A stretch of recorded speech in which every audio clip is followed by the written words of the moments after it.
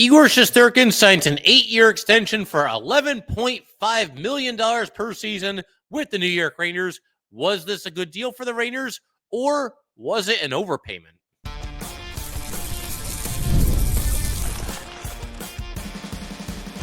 You're Locked on the New York Rangers, your daily podcast on the New York Rangers. Part of the Locked On Podcast Network, your team every day.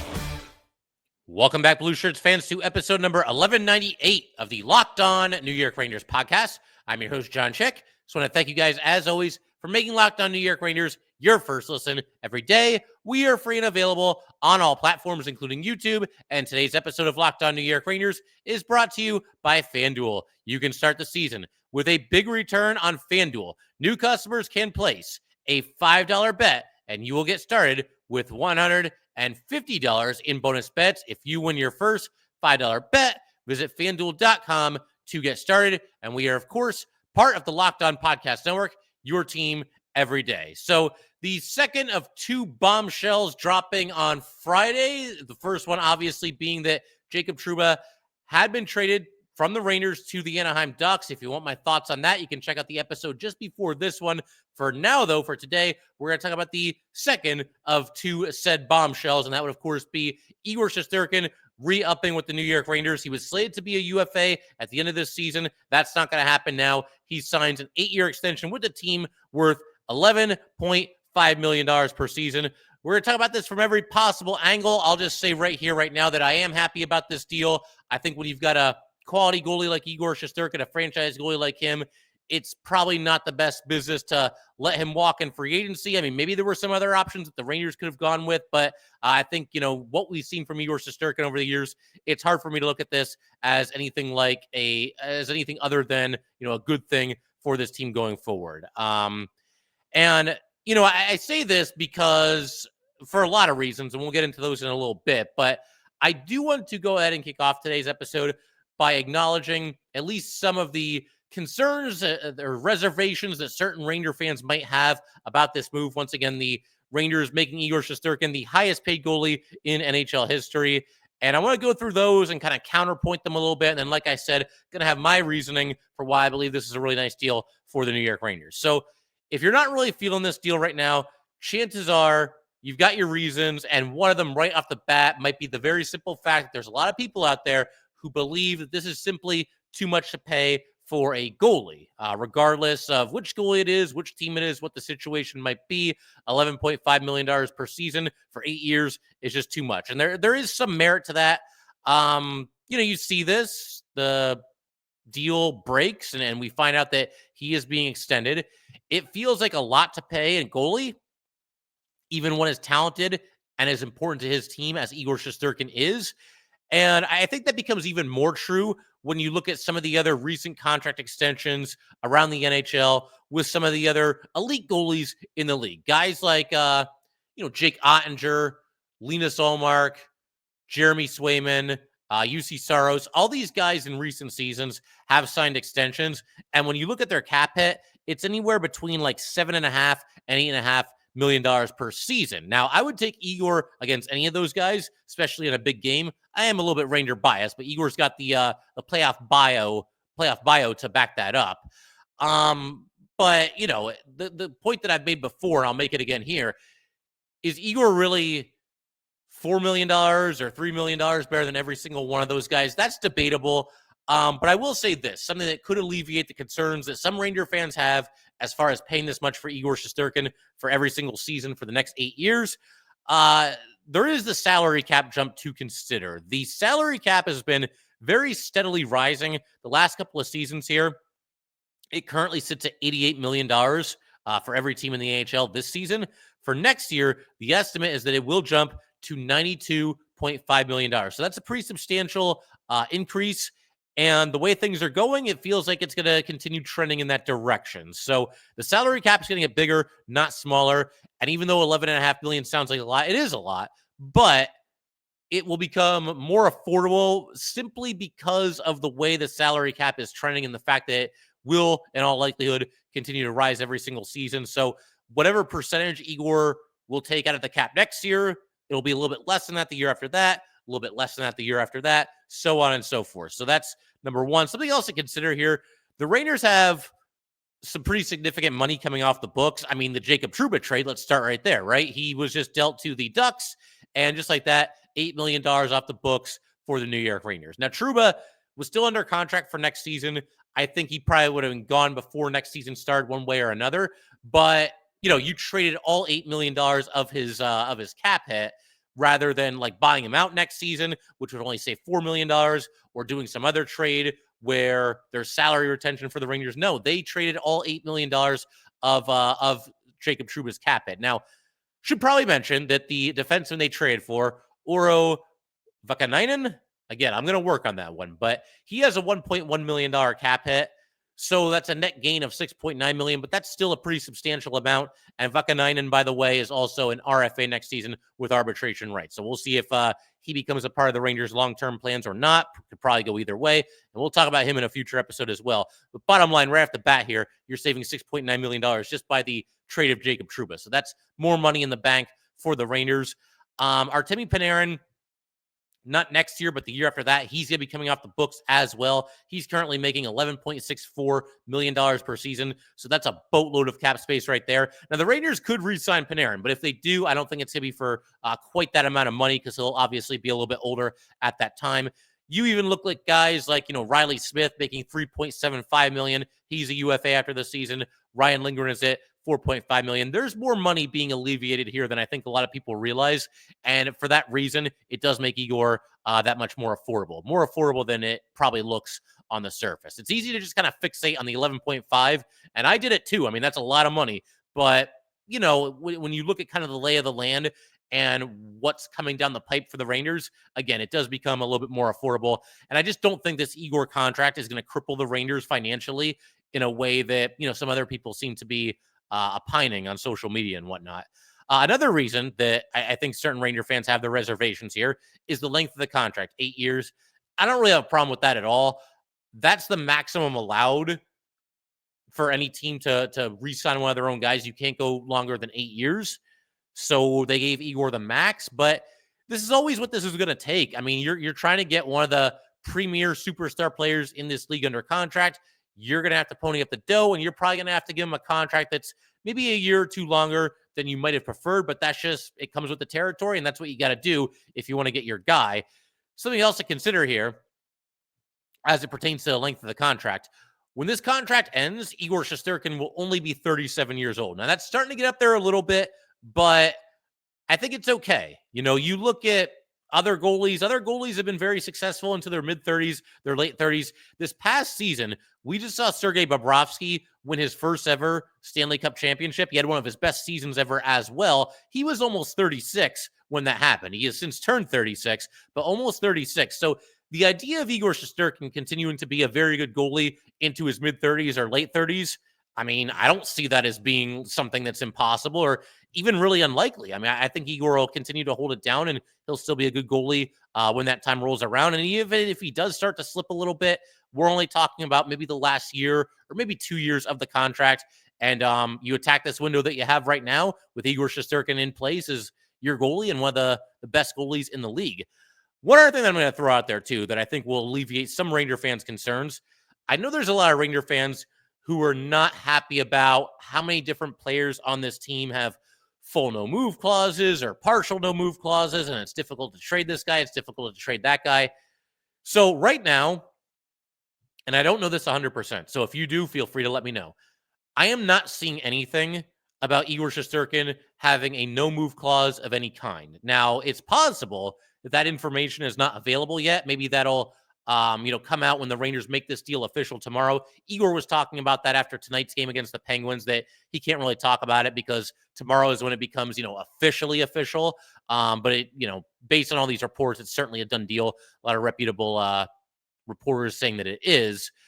But I think that, you're looking at a situation here where the no move clause is something that is not on the table, or it doesn't seem to be part of this contract. If you go on Puckpedia right now, you go and find any article that's been written about Igor Shesterkin, there is no mention about him having a no move clause of any kind. And again, it's possible that information is not yet known. We'll stay tuned and we'll talk about that in the next episode.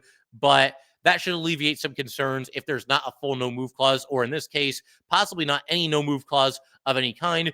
Because if that's the case and things start to really go south for this Ranger team, then they can always look into trading Igor Shesterkin, years down the road, whatever it might be, and probably getting something pretty significant back for him. The big cap hit will be something of a hurdle to get around, but a goalie the caliber of Igor Shesterkin, they don't grow on trees. And if the Rangers are ever in a situation where they absolutely must trade him, then they should probably be able to do so. Again, we'll wait and see for sure tomorrow, or I guess later today, because I'm going to be posting this on Saturday.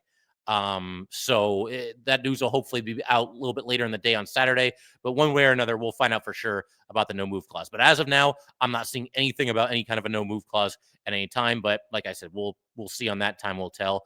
And we'll talk about that in the next episode if there is any kind of a no move clause. But we're going to keep everything moving in just a second. I want to shift our attention to some of the reasons why I think this is a good deal for the New York Rangers. It's great that they've got their goalie, their backbone in place for the almost the next decade. Igor Shesterkin could be a New York Ranger for a very long time, it would certainly appear. We'll talk about all that in just a second.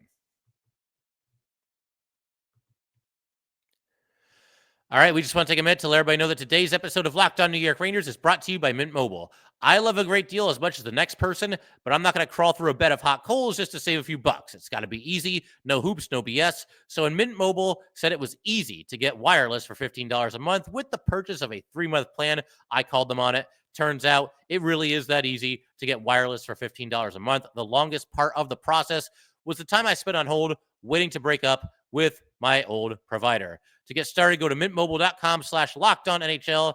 There you'll see that right now, all 3 months are only $15 a month, including the unlimited plan. To get this new customer offer and your new 3-month premium wireless plan for just $15 a month, go to mintmobile.com/lockedonnhl. That's mintmobile.com/lockedonnhl. Cut your wireless bill to $15 a month at mintmobile.com/lockedonnhl. $45 upfront payment required, equivalent to $15 a month. New customers on first 3-month plan only. Speed slower than 40 GB on unlimited data plan. Additional taxes, fees, and restrictions apply. See Mint Mobile for details. And today's episode of Locked On New York Rangers is also brought to you by Gametime. Gametime has a new feature called Gametime Picks that makes getting tickets to your favorite live events even faster and even easier. Gametime Picks filters out the fluff to show you only incredible deals on great seats so that you do not have to waste time searching through thousands and thousands of tickets. You got Gametime Picks. Curation makes it easier to save more on sports, concerts, comedy, theater, etc., all in pricing. Toggling this feature shows the total upfront with no surprise fees at checkout. Seat views get a panoramic view from your seat in the app before you buy, and the lowest price guarantee or Gametime will credit you 110% of the difference. Take the guesswork out of buying tickets with Gametime. Download the Gametime app, create an account, and use code LOCKEDONNHL for $20 off of your first purchase. Terms apply. Again, create an account and redeem code LOCKEDONNHL for $20 off. Download Gametime today. What time is it? It is Gametime.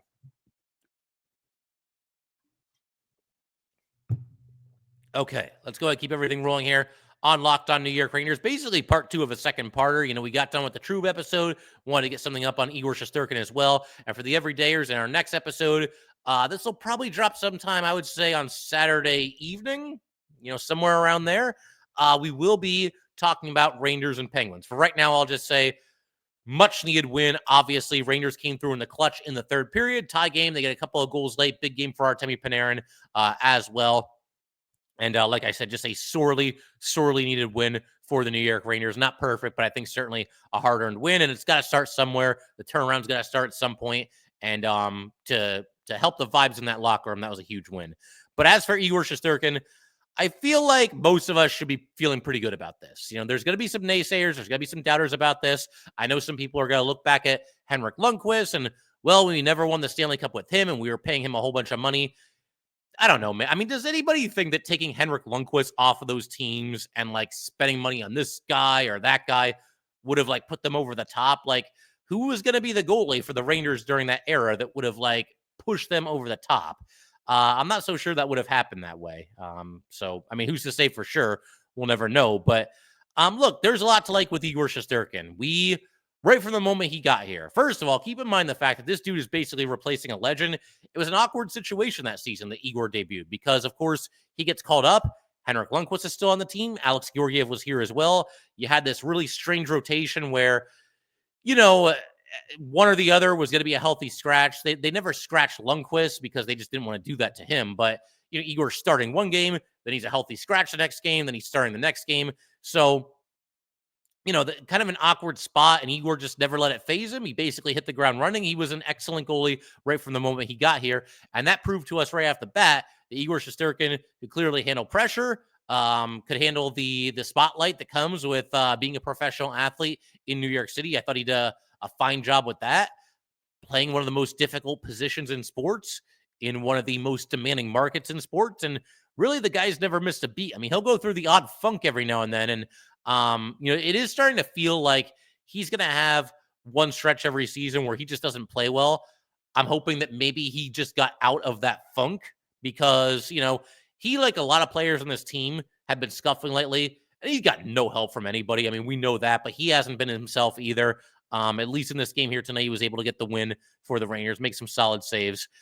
So, yeah, there's that to consider. And something else that kind of convinced me that, like, this is the way to go for the Rangers is when you look at the alternatives, there aren't really a whole lot of good ones. And we've done some segments like this in the past on Locked On New York Rangers because this has been touch and go, for a couple of months now, where, you know, Igor Shesterkin, okay, last season ends. He's got 1 year left on his contract. He's a UFA after this season if he and the New York Rangers do not come to an agreement on some kind of an extension. And I've done segments in the past about, like, okay, well, what happens if Igor Shesterkin leaves? What are the Rangers' other options? Who could they go out and get to hopefully replace him and you know, at least hold it down in the net for the New York Rangers?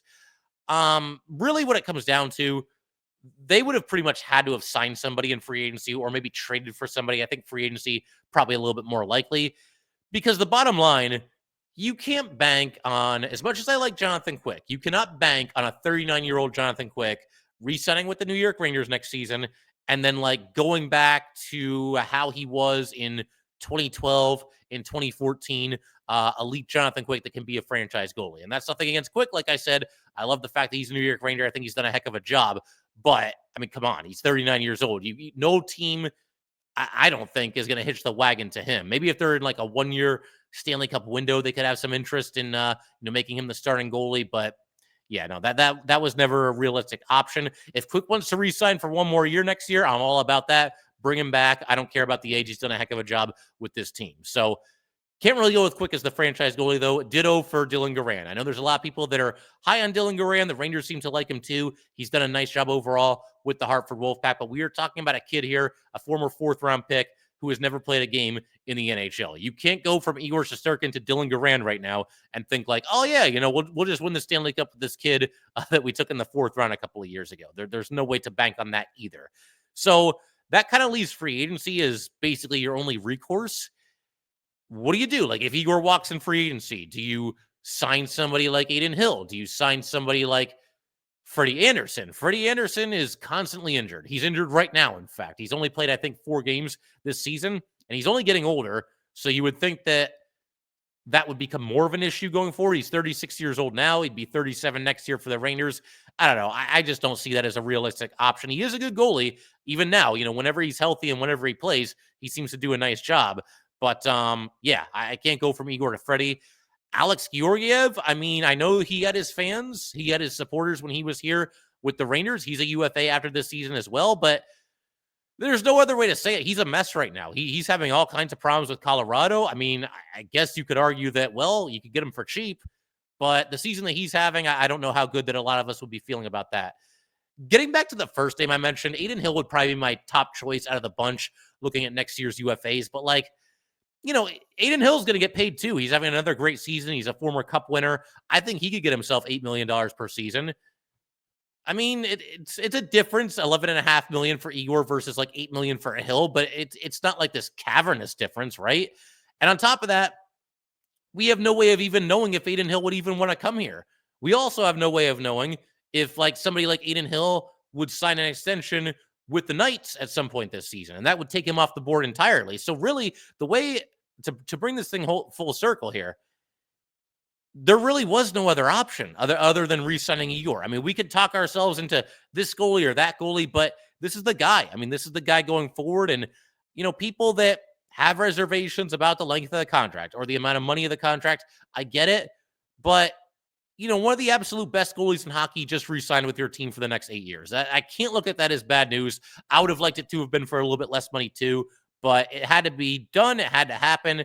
And Igor Shesterkin locked up by the New York Rangers going forward. Another big reason for me why I'm on board with this is the resume that he's put up. I think he's just done an amazing job since he's been here, and specifically what he's done in the postseason. Igor's been an absolute monster when it comes to playoff hockey, and it's not a small sample size at this point either. He has played in 44 career Stanley Cup playoff games. Like a lot of you out there, I have watched every single one of them. The way I look at it, it's an oversimplification, but I think this is a good way to look at it. 44 career Stanley Cup playoff games for Igor Shesterkin. He's had 2 bad ones out of the 44. The 2 bad playoff games that Igor Shesterkin had were games 3 and 4 against the Penguins when he got pulled out of both of them. Both games were in Pittsburgh, just did not have it. The Rangers didn't have it. He couldn't make a save, and the Rangers went down 3-1 in the series, but then they came back and won that series, and that was awesome, and we all had a great time. You look at the rest of his Stanley Cup playoff career, maybe some so-so games here and there, but has anybody, like this playoff run last year, point to me a bad game that Igor Shesterkin had? Point to me more than like 1 or 2 soft goals that he allowed during that entire playoff run. The guy is absolutely locked in, dialed in, focused when it comes to Stanley Cup playoff hockey. And keep in mind, he's put up better numbers in the playoffs than he has in the regular season. And that's no small feat when you consider the fact that there are no bad teams in the Stanley Cup playoffs. You might get a mediocre team or two, that squeak in every year, but there are no bad teams. And obviously the pressure's there. Everybody's living and dying with every single, thing that happens in a Stanley Cup playoff game. And Igor is at his absolute best. He is razor sharp when it comes to Stanley Cup playoff hockey. Just watch the dude play. When it comes to the playoffs, he was absolutely born for it. So, again, I feel good about this move, and hopefully a lot of you do as well. And we'll see how things look going forward. But in just a minute, we're going to wrap up today's episode by talking about the biggest winners and losers of this extension for Igor Shesterkin, and we will do that in just a second.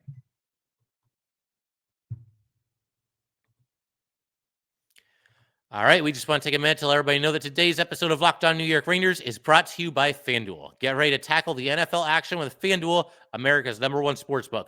Because right now, new customers can bet $5 and get $150 in bonus bets if you win. The FanDuel Sportsbook app gives you everything you need to place live bets on the NFL all in one place. So when you get a hunch in the middle of the game, you can check out the latest stats, view live play-by-play, and so much more on the same page where you place your bets. Just visit FanDuel.com to join today. You will get started with $150 in bonus bets if you win your first $5 bet. That is FanDuel.com. Never waste a hunch and make every moment more with FanDuel, an official sportsbook partner of the NFL. All right, so let's go ahead, wrap up today's episode by talking a little bit about some of the people that I think are the biggest winners and losers of this 8-year extension for Igor Shesterkin.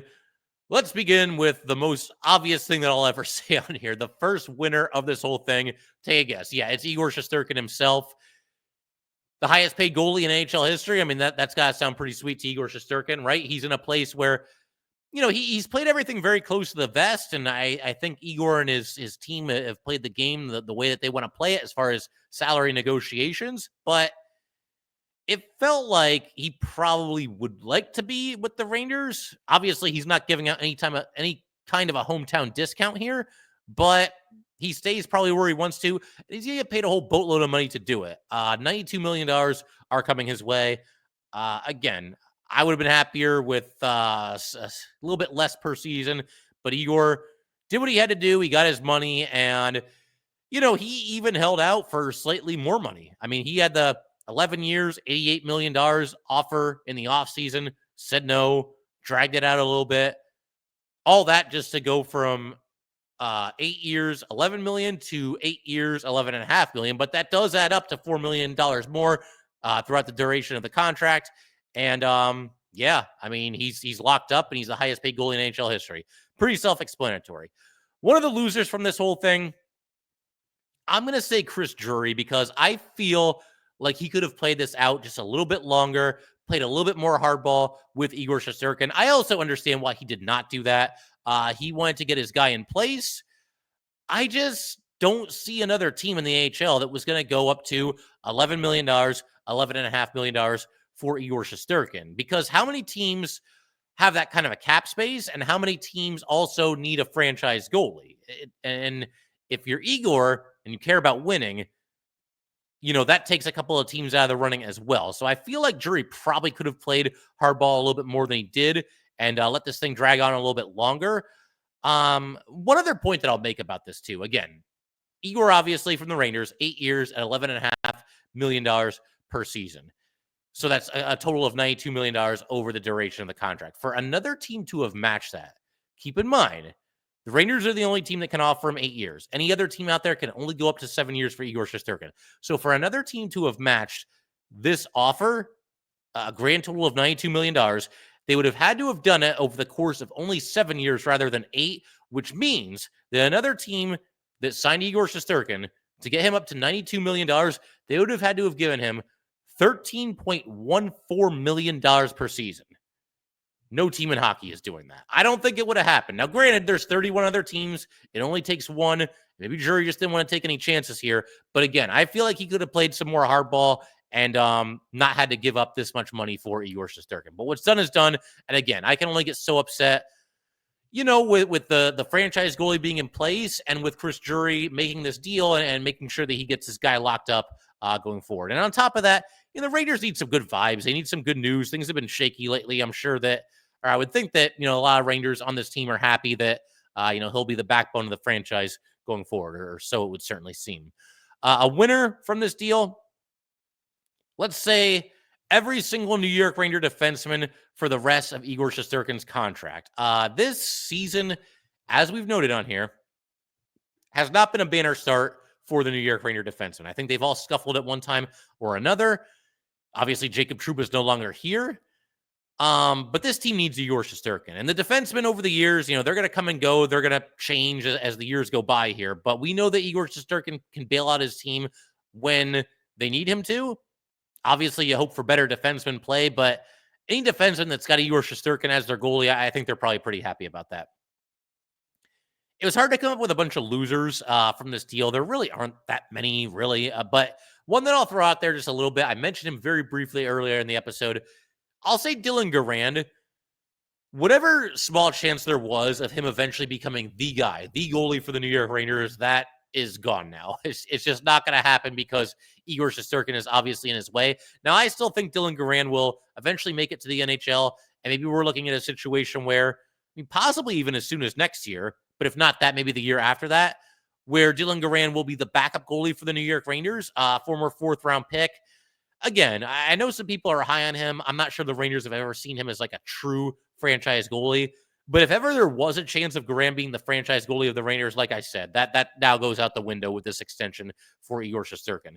And one more winner that I'll do here, the Rangers Stanley Cup aspirations. I know there's going to be some people who don't want this much money invested in a goalie, but when it comes time for the playoffs, the last thing that you're going to be thinking about when the Rangers are competing in the Stanley Cup playoffs, whether it's this year, hopefully they get in, we'll see, or future seasons, the last thing you're going to be thinking about in the middle of a Game 5, a Game 6, a Game 7 with everything on the line is going to be Igor Shesterkin's cap hit. Because, I mean, that's what the playoffs do to us, right? We all become lunatics and start streaming at the TV. We know how it goes. But you're going to be very, very happy that Igor Shesterkin is on this team for all the reasons I mentioned earlier. He's a clutch goalie, and that, to me, is the biggest reason why you want to lock this guy up. It's what he's done in the playoffs. We're talking about a sport here, a league, where half the teams make the playoffs. So, you know, not to like discredit the regular season, but the real season starts when the playoffs start. You know, it's about getting in there. And at that point, we know it's anybody's game and anybody can go on a run. And when you've got a goalie like that, you know, you've got a good chance to make a run of it. We've seen them make a couple deep runs in the last handful of seasons here. Will it happen again this year or next year or the year after that? I think there's a good chance that, certainly throughout the rest of Igor's contract that we're going to see the Rangers make another couple of runs at it. He'll be one of the guys leading the charge. I don't think there's any doubt about that based on what he's done in the playoffs thus far in his career. So, figure we could pretty much call it there for today. One more thing that I want to note here. Matthew Robertson was called up from the Hartford Wolfpack. Now, he did not play in this game against the Penguins. Former second-round pick here, has yet to make his NHL debut. Some people are speculating what this could mean. Is a deal close for Ryan Lindgren? We'll see. Do they just throw Matthew Robertson out there? If Lindgren gets traded, it's possible. Is Matthew Robertson here to be taken for a test drive? Do they scratch Ryan Lindgren for a game? Do they scratch Mancini for a game and just throw Robertson out there and basically tell him sink or swim? I've kind of gotten to that point with Matthew Robertson where I'm ready to just get a look at him. I know all these games are important, but look how poorly the Ranger defensemen have played this season. At a certain point, it's like, okay, let's try something a little bit different, and let's finally figure out once and for all at least a handful of games to see what we've got in this guy as far as whether he has a future with this New York Ranger team or not. And even more specifically, if he would be able to hold down the fort for this team, should the Rangers trade another defenseman. Probably Lindgren, maybe Miller, keep an eye on K'Andre Miller for sure too. But I think it might behoove the Rangers to, see what Robertson can do at some point here. We'll see how it looks going forward. But figure we can call it there. If you guys would like to get in touch with this podcast, please send an email to lockedonnyrangers@gmail.com. Once again, that was lockedonnyrangers@gmail.com. Definitely give us a follow on Twitter as well, @LO_NY_Rangers. Once again, that's @LO_NY_Rangers. And definitely subscribe to Locked On New York Rangers YouTube channel. Thanks again, guys. I will see you next time.